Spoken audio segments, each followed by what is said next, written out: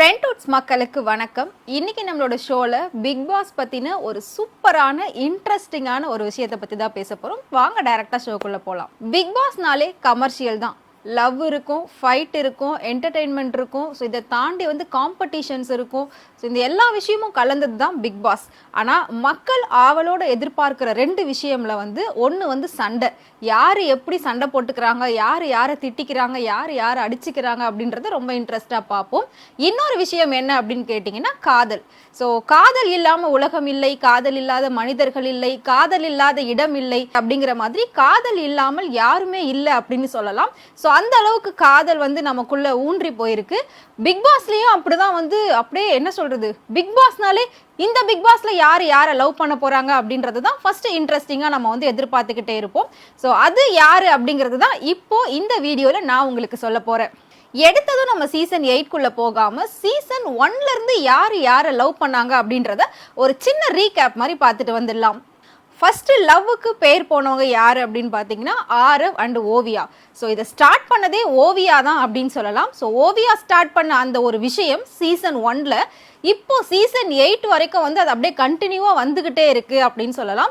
So Aarav and ஓவியாவோட ரொமான்ஸை பார்த்து enjoy பண்ணாதவங்க யாருமே கிடையாது.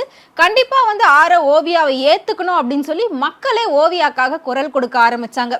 அவங்களுக்கு டான்ஸ் அப்படின்னு ஒரு டாஸ்க் வரும்போது அவங்க ரெண்டு பேரும் சேர்ந்து ஆடுற மாதிரியான ஒரு ரொமான்டிக் சாங் கொடுத்திருந்தாங்க. சுந்தரி நீயும் சுந்தரன் நானும் சாங்குக்கு ஓவியாவும் ஆரவும் பயங்கர ரொமான்டிக்கா ஒருத்தர் அந்த ஐ கான்டாக்டோட அந்த டான்ஸ் ஆடி அதை பார்த்து என்ஜாய் பண்ணாதவங்க யாருமே இல்லை. அந்த விஷயம் வெளியில பயங்கர பேசு பொருளாச்சு. அதுல இருந்து தான் சீசன் 2, சீசன் 3, இப்போ சீசன் 8 வரைக்கும் அந்த ரொமான்ஸ், அந்த சாங், அந்த டான்ஸ், அந்த கெமிஸ்ட்ரி, அந்த லவ் இது எல்லாமே அப்படியே தொடர்ந்துகிட்டே வருது அப்படின்னு சொல்லலாம். ஸோ சீசன் 2ல யாருங்க லவ் பண்ணா அப்படின்னு கேட்டீங்கன்னா யாராலையும் மறக்கவே முடியாது. அது லவ்னே சொல்ல முடியாது.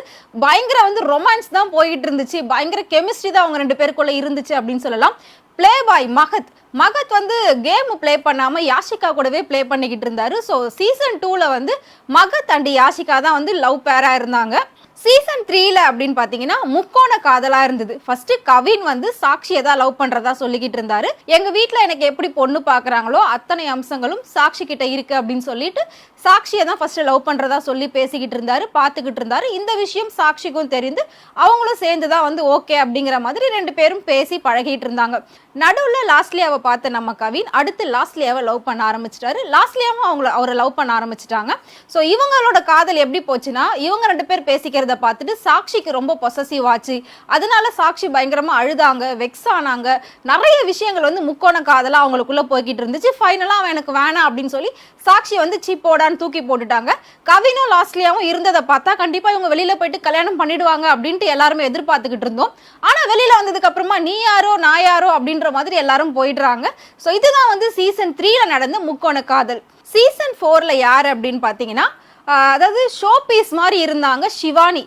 என்னன்னா டிசைனா ட்ரெஸ்ஸை போட்டுட்டு ரொம்ப கிளாமரா ட்ரெஸ்ஸை போட்டுட்டு அந்த பக்கம் போறதும் இந்த பக்கம் வர்றதும்.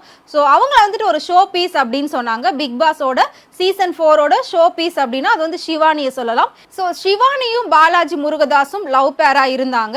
அதுக்கப்புறம் ஒரு 80 எபிசோடுக்கு மேல பாத்தீங்கன்னா அவங்க வீட்டுல இருந்து அவங்கள பாக்குறதுக்காக முக்கியமானவங்க எல்லாம் வருவாங்க. அம்மா, அப்பா, ஹஸ்பண்ட், ஒய்ஃப் யாராவது வருவாங்க. ஸோ அப்படி இருக்கும்போது ஷிவானியை பார்க்க அவங்க அம்மா உள்ள வந்திருப்பாங்க. அவங்க அம்மா உள்ள வந்த உடனே சிவானியை பயங்கரமா திட்டி எடுத்திருப்பாங்க, வறுத்து எடுத்திருப்பாங்க அப்படின்னு சொல்லலாம். சோ என்னன்னா நீ என்ன இங்க பிக் பாஸ்க்குள்ள கேம் விளையாட வந்தியா இல்ல காதல் பண்ண வந்தியா? டாஸ்க பண்ணாம நீ காதல் பண்ணிக்கிட்டு இருக்க, இதெல்லாம் ரொம்ப தப்பு, உன்னை நான் இப்படிதான் வளர்த்தனா அப்படின்னு சொல்லிட்டு பயங்கரமா திட்ட ஆரம்பிச்சிட்டாங்க. உடனே சிவானி பயங்கரமா அழுதாங்க. அப்புறம் இது எல்லாத்தையும் பார்த்த பாலாஜி முருகதாஸ் சைலண்டா அப்படியே பின்வாங்க ஆரம்பிச்சாரு. ஸோ கண்டிப்பா இவங்க வெளியில வந்ததுக்கு அப்புறமா நிறைய ஆட்ஸ் எல்லாம் கூட வந்துச்சு. ரெண்டு பேரும் வெட்டிங் ஆட் எல்லாம் பண்ணியிருந்தாங்க. அதை பார்த்துட்டு பல பேரும் பரவாயில்லையே வெளியில வந்தோடனே இவங்க கல்யாணம் பண்ண போறாங்க அப்படின்னு சொல்லி பேசிக்கிட்டு இருந்தாங்க. ஆனா வெளியில வந்ததுக்கு அப்புறம் புஷ்ன்னு பார்த்ததா ஆளையே காணோம். என்னடா இது அப்படின்னு பார்த்தா இதுக்கு முன்னாடி நான் ரொம்ப நாள் ஆச்சு அவரை பார்க்கவே இல்லை, வெளியில எங்களுக்குள்ள எந்த ஒரு கான்டாக்டுமே இல்லை அப்படின்னு சொல்லிட்டாங்க. அடுத்ததா சீசன் 5 அமீர் அண்ட் பாவனி இது யாராலையுமே மறக்கவே முடியாது, மறுக்கவும் முடியாது. உண்மையிலே ரியலிஸ்டிக்கா வந்துட்டு அமீர் பயங்கரமா பாவனியை பார்த்துக்கிறதும், விழுந்து விழுந்து அவங்களை கவனிக்கிறதும், நீங்க ட்ரெஸ்ஸிங்ஸ் இப்படி பண்ணாதீங்க, எங்க வீட்டில் இருக்கவங்களுக்கு பிடிக்காது, கொஞ்சம் பார்த்து பண்ணுங்க, இன்னைக்கு அவங்க வராங்க அப்படின்னு சொல்லிட்டுலாம் அமீர் வந்துட்டு நீங்க எப்படி இருந்தாலும் பரவாயில்ல, உங்க பாஸ்ட் எப்படி இருந்தாலும் பரவாயில்ல, எனக்கு உங்களை பிடிச்சிருக்கு, நான் உங்களை லவ் பண்றேன், உங்களோட ஒரு ஓகேக்காக தான் நான் வெயிட் பண்றேன் அப்படின்ற மாதிரிலாம் உள்ளவே எல்லா விஷயத்தையும் பேசி முடிச்சுட்டாரு. வெளியில வந்ததுக்கு அப்புறமா வந்து பாவனி நான் சொல்றேன், வெயிட் பண்ணுங்க அப்படின்னு சொல்லிக்கிட்டே இருந்தாங்க. ஸோ ஃபைனலா வந்துட்டு ஒரு ஷோல வெளியில வந்ததுக்கு அப்புறமா எனக்கு அமீரை பிடிச்சிருக்கு அப்படின்னு ஓப்பனாவே சொல்லிட்டாங்க. அதுக்கப்புறமா இப்ப வரைக்கும் அவங்க 2 பேருமே ஒரு ஸ்வீட் கப்பலா வந்து வலம் வந்துகிட்டு இருக்காங்க அப்படின்னு சொல்லலாம். பிக் பாஸ் சீசன் 1ல இருந்து இந்த 5 வரைக்கும் கரெக்டா இருந்த ஒரே ஒரு லவ் பேர் யாரு அப்படின்னு கேட்டா அமீர் அண்ட் பாவனின்னு சொல்லலாம்.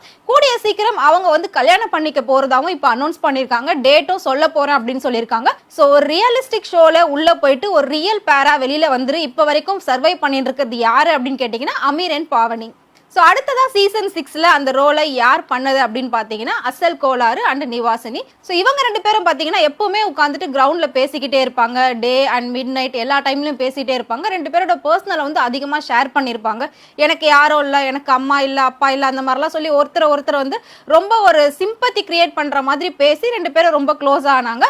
இவங்க வெளியில போயிட்டு எப்படி இருப்பாங்க அப்படின்னு பார்த்ததுக்கு அப்புறமா உன்னை எங்கேயோ பார்த்த மாதிரி இருக்கே, இந்த குரலை எங்கேயோ கேட்ட மாதிரி இருக்கே அப்படின்ட்டு பிரிஞ்சுட்டாங்க. ஸோ அந்த அளவுக்கு உள்ள க்ளோஸ் இருக்காங்க. வெளியில வந்தோன்னு நீ யாரு நான் யாருன்ற மாதிரி பிரிஞ்சுட்டாங்க. சீசன் 7ல யாராலையும் மறக்க முடியாது அப்படின்னு சொல்லலாம். ஏன்னா இதுவும் ஒரு முக்கோண காதலா இருந்துச்சு. சீசன் 3 மாதிரி ரவிச்சந்திரா ரவீனா இவங்க 2 பேர் ஆல்ரெடி வந்து டான்ஸ்ல பேரா பண்ணிருக்காங்க. இவங்களுக்குள்ள டான்ஸ், ரொமான்டிக், அந்த கெமிஸ்ட்ரி இது எல்லாமே பயங்கரமா ஒர்க் அவுட் ஆகும். ஏன்னா 2 பேருமே பயங்கரமான டான்சர். ஐஸ்வர்யான்னு ஒருத்தவங்க வந்து சீசன் 7ல உள்ள வந்தாங்க. ஸோ அவங்க வேற யாருமே இல்லை, அமீரோட ஒரு ரிலேஷன் தான். ஸோ அந்த பொண்ணுமே வந்துட்டு ரவிச்சந்திரா மேல கொஞ்சம் க்ரஷ் இருக்கா மாதிரிலாம் அதுல காமிச்சாங்க. இவங்க 3 பேருக்குள்ளதான் வந்து போட்டி பொறாமைகள் எல்லாமே நடந்துகிட்டு இருந்துச்சு. சரி, ஓகே, ஃபைனலா 3 பேர்ல யாரு 2 பேர் செலக்டட் அப்படின்றது வந்து எல்லாருக்குமே ஒரு எதிர்பார்ப்பா இருந்தது.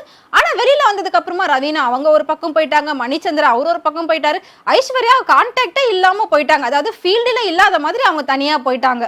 ஸோ இப்போ சீசன் 8 எல்லாருமே ரொம்ப இன்ட்ரெஸ்டிங்காக பார்த்துக்கிட்டு இருப்பீங்க. இதில் லவ் ரோல் பண்ணக்கூடிய அந்த பேர் யாருன்னு கண்டிப்பாக நீங்கள் கெஸ் பண்ணியிருப்பீங்க. ஸோ இதுலேயுமே ஒரு முக்கோண காதலாக தான் இருந்துகிட்டு இருந்துச்சு நேற்று வரைக்கும். என்ன அப்படின்னா விஜய் விஷாலுக்கும் அன்ஷிதா அண்ட் தர்ஷிகா இவங்க 3 பேருக்குள்ள தான் வந்து இந்த விஷயம் போய்கிட்டு இருந்துச்சு. ஆனால் இப்போ அந்த முக்கோண காதல் வந்து இப்போ ஸ்கொயர் ஷேப்பில் மாறி இருக்கு. என்னன்னா பவித்ரா திடீர்னு உள்ள வராங்க. ஸோ நான் தெளிவாகவே சொல்கிறேன் உங்களுக்கு. ஸோ ஃபர்ஸ்ட் விஜய் விஷால் மேலே அன்ஷிதாக்கு க்ரஷ் இருந்த மாதிரி இருந்துச்சு. அதுக்கப்புறம் தர்ஷிகா உள்ள போயிட்டு அவங்க விஜய் விஷால் கூட ரொம்ப க்ளோஸாக ஆக ஆரம்பிச்சிட்டாங்க. அடுத்து அவங்க 2 பேரோட ரொமான்ஸ் அண்ட் கெமிஸ்ட்ரி எல்லாம் வந்து மக்களுக்கு வெளிப்படையாக தெரிய ஆரம்பிச்சிச்சு. ஸோ இன்னைக்கு பார்த்தீங்கன்னா திடீர்னு பவித்ரா அவங்களுக்கு பொசசிவ் ஆகுது. அவங்க வந்து அப்படி பேசுறாங்க. என்ன அப்படின்னா ஃபர்ஸ்ட் அன்ஷிதா உட்காந்து அழுதுகிட்டு இருக்காங்க. ஏன் வந்து நீ பொசசிவ் ஆகுறன்னு சொல்லி அவங்களுக்கு ஆறுதல் சொல்றதுக்காக ஆனந்தியும் பவித்ராவும் வந்து பேசி இருக்காங்க.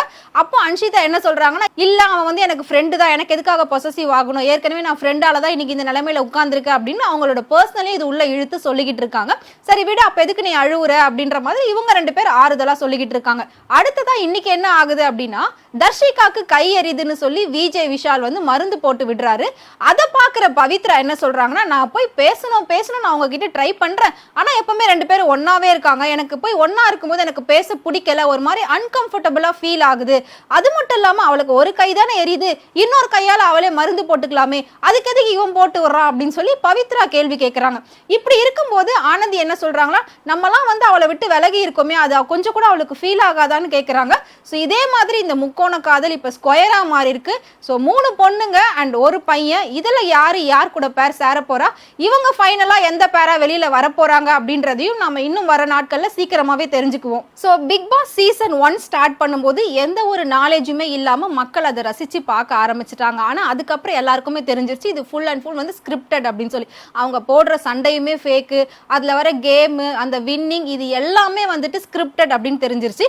ஆனா லவ் மட்டும் எப்படி வந்து ஒரிஜினலா இருக்க முடியும்? ஸோ லவ்வுமே வந்து பாத்தீங்கன்னா ஃபுல் அண்ட் ஃபுல் ஸ்கிரிப்டடா தான் உள்ள போய்கிட்டு இருக்கு. ஸோ இவங்க வந்து இவங்களோட பேர் சேரணும் அப்படின்னு இவங்க ஆல்ரெடி சொல்லி அனுப்பிடுறாங்க. இது எல்லாமே உண்மையான காதலே கிடையாது, நாடக காதல் அப்படின்னு தான் சொல்லணும். ஏதோ ஒரு வகையில அமீர் 2 பாவனி மட்டும் இப்ப வரைக்கும் வந்து அதை அப்படியே கண்டினியூ பண்ணி ஒரு ரியல் பேரா மாற போறாங்க. மாறுற வரைக்கும் எதுவுமே வந்து நிரந்தரம் இல்ல அப்படின்னு சொல்லலாம். சோ பிக் பாஸ்ல வர்றது அத்தனையுமே full and full script love story தான். சோ இதை வந்து நம்ம ரியல் அப்படின்னு நினைச்சுக்கிட்டு அவங்கள திட்டுறதோ அவங்கள பேசுறதோ இல்ல அதுல இன்னும் கொஞ்சம் ஏதாவது எஃபர்ட் போட்டு நம்ம அதை பாக்குறதோ நமக்கு தேவையே இல்லாத ஒரு விஷயம். இது முழுக்க முழுக்க ஒரு என்டர்டைன்மெண்ட் தான். ஸோ என்டர்டைன்மெண்ட்டாவே அதை நம்ம பார்த்து எல்லாருமே என்ஜாய் பண்ணலாம். ஸோ இதே மாதிரி பிக் பாஸ் பத்தின நிறைய இன்ட்ரெஸ்டிங்கான அப்டேட்ஸ் நீங்க தெரிஞ்சுக்கணும் அப்படின்னு நினைச்சீங்கன்னா மறக்காம ஃப்ரெண்ட் டூர் சேனலை ஃபாலோ பண்ணிக்கோங்க.